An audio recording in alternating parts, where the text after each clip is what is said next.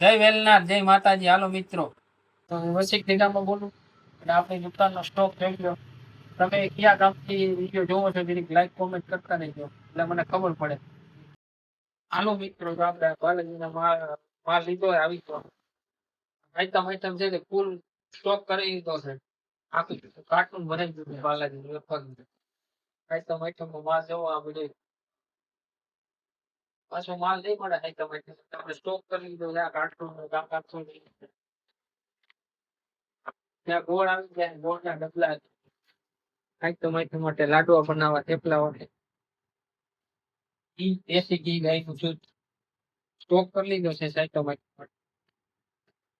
આપણે આ બદલાના પડીકાના જો સ્ટોક દિવાલ ઉપર બધા બદલા બંધ થઈ જાય સ્ટોક કરી દીધો છે.